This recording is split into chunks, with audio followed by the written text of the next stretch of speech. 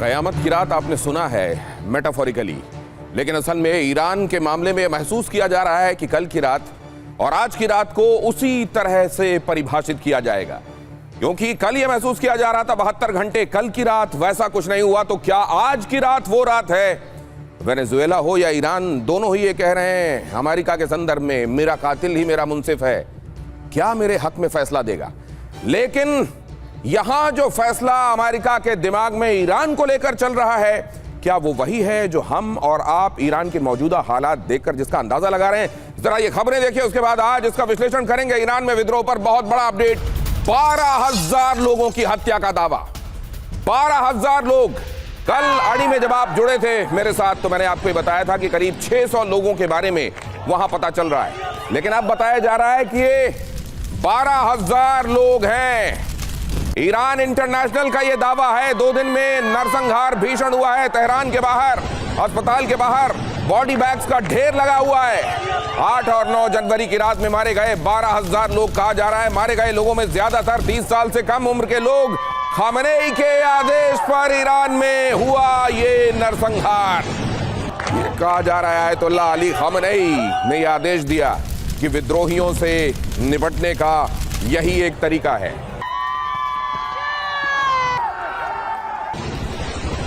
यही एक तरीका है कि इबरतनाक सजा कुछ लोगों को दी जाए ताकि बाकी लोग उसको देखकर फिर सत्ता से बगावत करने का इरादा छोड़ दें। और इसलिए 8 और 9 तारीख की दरमियानी रात में 12,000 से ज्यादा लोग मौत के घाट उतार दिए गए। क्या ये वाकई सच है या ईरान इंटरनेशनल की तरफ से ये विरोधी पक्ष का एक तरीके से प्रोपेगेंडा है जो प्रोपेल किया जा रहा है? क्योंकि दावे जाहिर है आज की तारीख में किसी भी तरह से किए जा सकते हैं। इंटरनेट ठप है, सूचनाओं का बाहर आना लगभग रुका हुआ है। वो तो कुछ particular agencies, channels, Starlink terminal, ये कुछ एक तरीके हैं जिसके जरिए खबरें बाहर आ रही हैं, लेकिन यहां पर दावे के साथ अभी कोई कुछ कह पाने की स्थिति में नहीं है।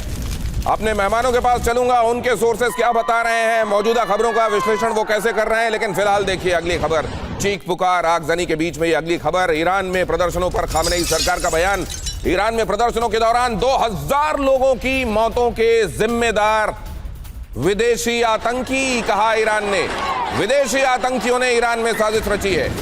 तो वहां का जो डिस्पेंसेशन है वो ये बताने में, वहां की जो सत्ता है वो ये बताने में लगी हुई है कि ये विदेशी आतंकवादियों ने, भाड़े के आतंकियों ने यहां आकर ये कहर बरपाया है और 2,000 लोगों को मौत के घाट उतारा है। क्या ये सच्चाई है या फिर सत्ता? क्योंकि हजार लोग मारे गए हैं, हजार लोग अभी भी सीखचों के पीछे हैं। सत्ता के खिलाफ गुस्सा जो और बढ़ता जा रहा है, क्या उसको कम करने के लिए विदेशी आतंकियों, काल्पनिक विदेशी आतंकियों की यह थ्योरी गढ़ी गई है या इसमें सच्चाई है? आगे मेहमानों के साथ इसका भी विश्लेषण आप देखिएगा जरूर। और आगे देखिए, ईरान के 28 शहरों में खूनी संघर्ष जारी। वैसे तो सारे 31 राज्यों में अब ये संघर्ष पहुंच चुका है, लेकिन जहां ये खूनी दिखाई दे रहा है, जहां ये इस वक्त भी आगजनी चल रही है, तोड़फोड़ चल रही है, वहां वो सूबे 28 सूबे हैं। खास तौर से प्रदर्शन जहां बहुत इंटेंस है। तेहरान में प्रदर्शनकारियों पर फायरिंग हुई है। प्रदर्शनकारियों के खिलाफ AK-47 का इस्तेमाल हुआ है। प्रदर्शनकारियों पर सुरक्षा बलों ने AK-47 से फायरिंग की है।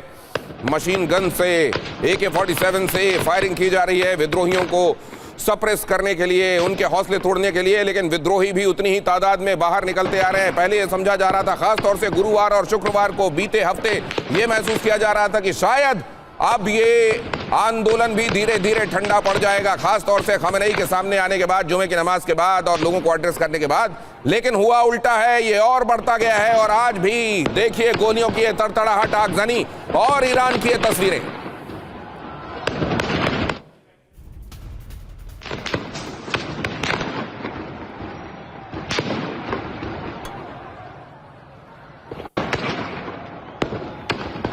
ईरान में प्रदर्शनकारियों पर खामेनेई सरकार का कहर। अगली खबर देखिए। IRGC के सैनिक अंधाधुंध फायरिंग कर रहे हैं।